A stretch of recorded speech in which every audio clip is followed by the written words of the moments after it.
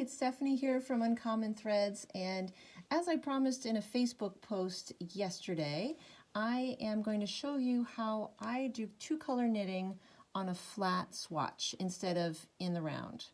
I decided to join in on Arnie and Carlos's Mystery Knit Along, which they started a couple of days ago while they're in quarantine for 14 days.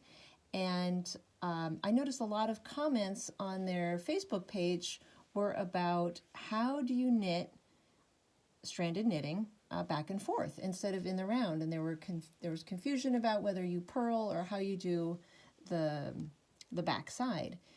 And the way I like to do it is by knitting backwards. So I'm going to finish my row here.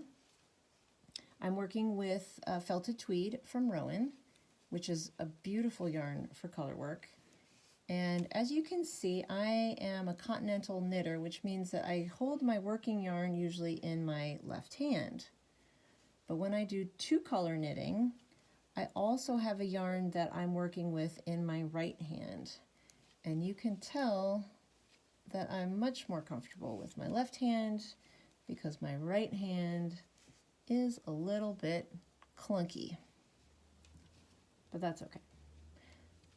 So I'm going to finish this row. I'm picking my orange felted tweed, and I've just gone over 4 stitches. I'm a little bit of a lazy knitter, so I will go as many as 4 stitches without twisting my yarns. But then when it's time to knit with my contrast again, I will stretch the stitches out a little bit so that my float on the back is a comfortable length and not too tight.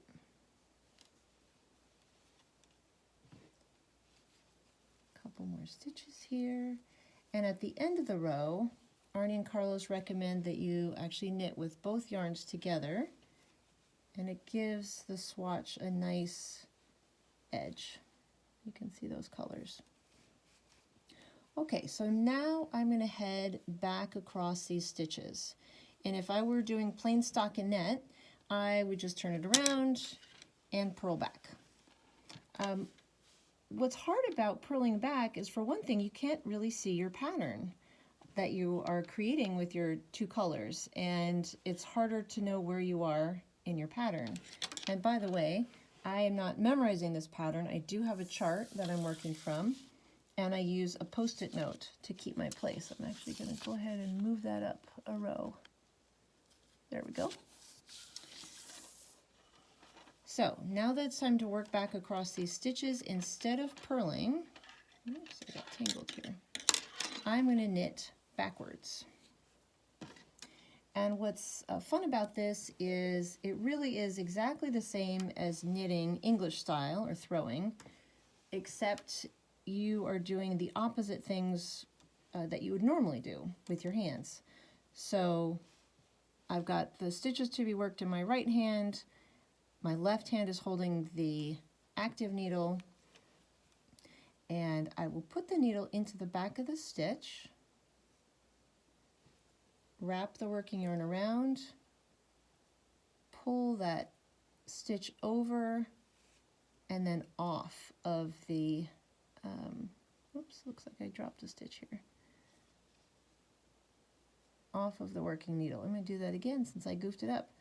Since I had done the last stitch with both colors, I need to make sure I'm catching both of those colors. Okay, let's try this again. Got it that time. All right, so I'm wrapping it around and pulling that stitch over the top and off. Going in through the back of the stitch, wrapping around and over. Okay.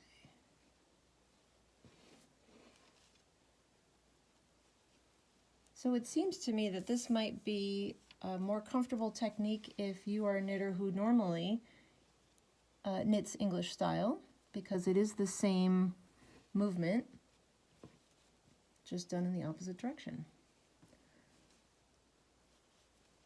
And since I'm not very comfortable sort of hanging onto the yarn in my right hand, I just let that contrast color drop. And I will switch the colors in my hands depending on which color is sort of being used the most in any given row. So if this pattern were to switch and have more of the light color in the row, I would probably move it to my left hand, just to be more efficient.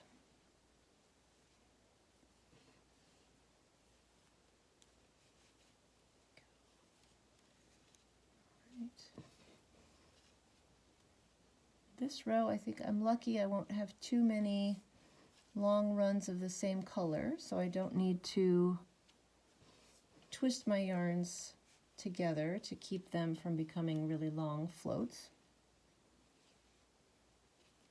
But I do stretch them out a little bit, and you can see how loose that stitch is, but as soon as I tug this yarn a little bit to bring it over to work the next stitch, it'll tighten up. And so that's another reason to make sure you have a little bit of extra length on the floats in the back to allow for that natural tightening when you're going to make the next stitch. Okay, and here I am in the center.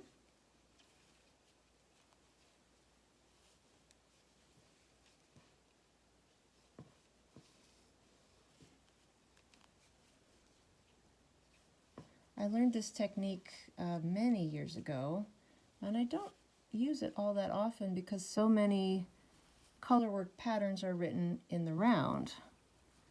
But it's also good if you want to knit an entrelac pattern for one, or if you happen to have a colorwork pattern that wants you to do it in pieces.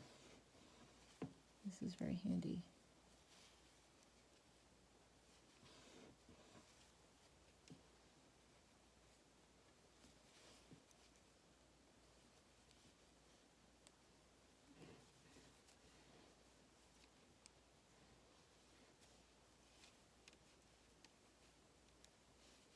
I'm almost to the end of my row again.